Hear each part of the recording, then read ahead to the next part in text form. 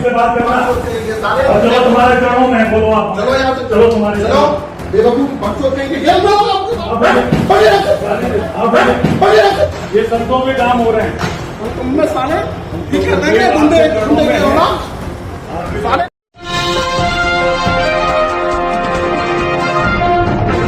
साथियों नमस्कार, मैं हूं नीरज पटेल और आप देख रहे हैं नेशनल जनमत। बेवकूफ साले गुंडे की औलाद, भाग यहां से नहीं तो तुझे ठीक कर दूंगा बक डॉट डॉट कहीं के। ये सड़क छाप गुंडे मवालियों वाली भाषा किसी गैंगस्टर की नहीं बल्कि हिंदुत्व के एक बड़े वाले ठेकेदार यानी कि मंदिर के एक तथाकथित महंत की है।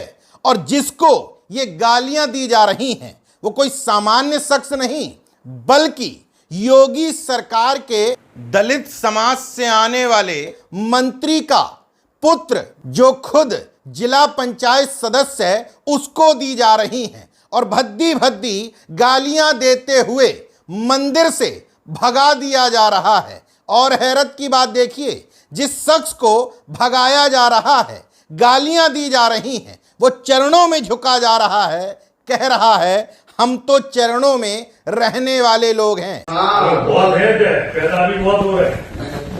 हम गुंडा नहीं, हम तो चरणों में रहने वाले, दंडवत करने वाले, हम तो चरणों में रहने वाले लोग हैं। सुनो, हम चरणों में रहने वाले लोग। राजनीति नहीं होगी, मैं चलता हूँ। से बात करना और चलो तुम्हारे चरणों में बोलो आप। चलो यहाँ से चलो तुम्हारे चलो बेवकूफ बच्चों आप हमारे गाली देंगे। बताऊंगा तो ये साले आज ही जाऊंगा, मैं राज्य से बोलूंगा मैं आपके चरणों में हूँ। बच्चों के साले हम तुमने खबार दे साले। राजनीति का सारा चलो चलो यहाँ से आज राजनीति की बात है तुम साले बेवकूफ के संतों के काम है, ये संतों के काम है, ये संतों के काम हो रहे हैं। हमें धक्का मार रहे हैं नहीं, संतों के काम है।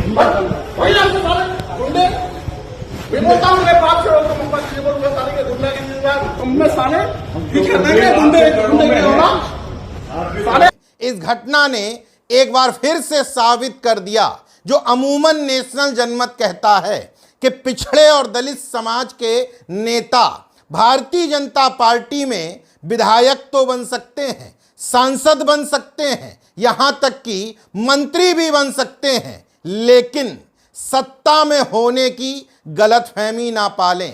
पूरा मामला विस्तार से बता देता हूं। उत्तर प्रदेश के बुंदेलखंड इलाके का एक जिला है ललितपुर।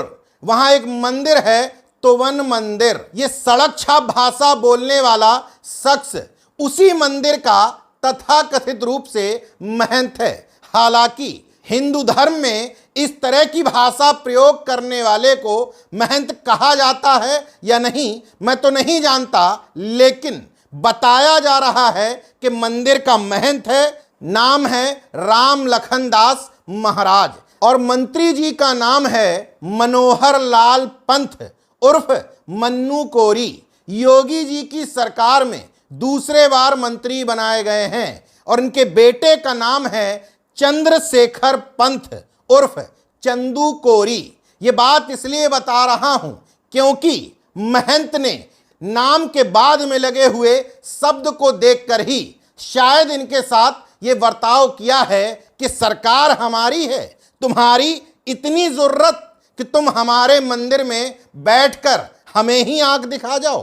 हालांकि नेशनल जनमत को ऐसे लोगों के प्रति कोई विशेष सहानुभूति नहीं, क्योंकि ये लोग अपना मान सम्मान खुद गिरवी रखे हुए हैं। ये बात इस आधार पर कह रहा हूं कि मंत्री पुत्र तो छोड़ दीजिए, इस घटनाक्रम के बाद मंत्री जी की भी हिम्मत नहीं पड़ी कि इस मामले में कुछ बयान दे जाएं। सवाल ये उठता है कि उस तथाकथित महंत की इतनी हिम्मत कैसे पड़ जाती है कि सरकार में शामिल एक मंत्री के पुत्र को बेइज्जत कर देता है, वो भी सरेआम। वजह स्पष्ट है, ये तस्वीर दरअसल अपने आप को योगी आदित्यनाथ का करीबी बताने वाला ये शख्स जब योगी आदित्यनाथ ललितपुर दौरे पर आते हैं तो उनकी गाड़ी की पिछली सीट पर सांसद अनुराग शर्मा के साथ बैठा नजर आता है, तो स्वाभाविक तौर पर जिसको डायरेक्ट योगी आदित्यनाथ से ताकत मिल रही हो वो प्रशासन को, मंत्री को, उनके बेटे को क्या ठेंगा समझेगा? और उसमें भी ऐसे मंत्री को जिसको ना खुद के सम्मान की फिक्र है ना अपने समाज की। अगर दूसरे शब्दों में कहें तो पिछड़े और दलित समाज के लोगों को मंत्री, विधायक, सांसद बनाना मजबूरी है, क्योंकि इतनी चेतना तो आ ही गई है कि अपने जाति के व्यक्ति को आगे बढ़ते हुए देखना है। तो जाति का वोट बैंक हासिल करने के लिए बीजेपी का फॉर्मूला एकदम फिक्स है कि पिछड़े और दलित समाज के लोगों में से उन्हीं को पिक करना है जो जाति में सर्वश्रेष्ठ गुलाम हो। मतलब मंत्री भी बन जाए, विधायक, सांसद भी बन जाए, लेकिन एक बात की श्योरिटी हो कि शख्स पूरी तरीके से हमारी विचारधारा का गुलाम बन के रहेगा, अपने समाज के भले के लिए, उसके उत्थान के लिए, उसके मान सम्मान और स्वाभिमान के लिए काम नहीं करेगा, बल्कि हमारे सामने चरणों में झुका रहेगा। शायद मंत्री जी में ये क्वालिटी कूट कूट के भरी हैं, इसी वजह से उनके बेटे में भी यही क्वालिटी है कि वीडियो बन रहा है, गाली दी जा रही है, बदतमीजी की जा रही है, इसके बावजूद प्रतिकार करना तो छोड़ दीजिए, उस घमंडी महंत के चरणों में न खुद गिरे जा रहे हैं बल्कि पूरे समाज का मान सम्मान, स्वाभिमान गिरवी रख दे रहे हैं। हिंदुत्व के नशे में चूर पिछड़े और दलित समाज के लोगों को यहां एक और बात बताना जरूरी है।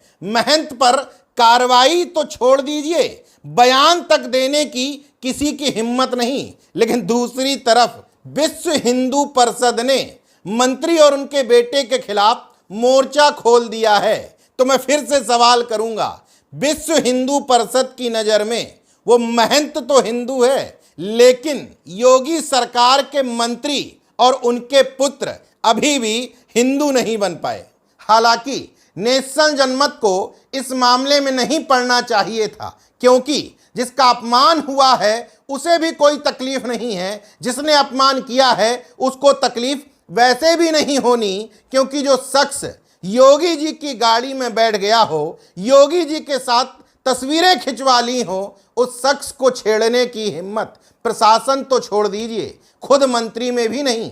लेकिन पिछड़े और दलित समाज के लोगों को समय समय पर आईना दिखाने की जरूरत है। जो कहते हैं हमें तथाकथित रूप से हिस्सेदारी मिल गई, दरअसल तुम्हारे समाज के उन्हीं मुखौटों को आगे किया जाता है जिनके चेहरे देख करके तुम गर्दन कटाने, यानी कि नौकरियां, आरक्षण, हिस्सेदारी, वास्तविक भागीदारी, मान सम्मान, प्रतिष्ठा, सब कुछ दांव पे लगाने को तैयार रहो। देखते रहिए नेशनल जनमत, जागरूक और सजग बने रहिए। जय विज्ञान, जय संविधान, जय लोकतंत्र। धन्यवाद।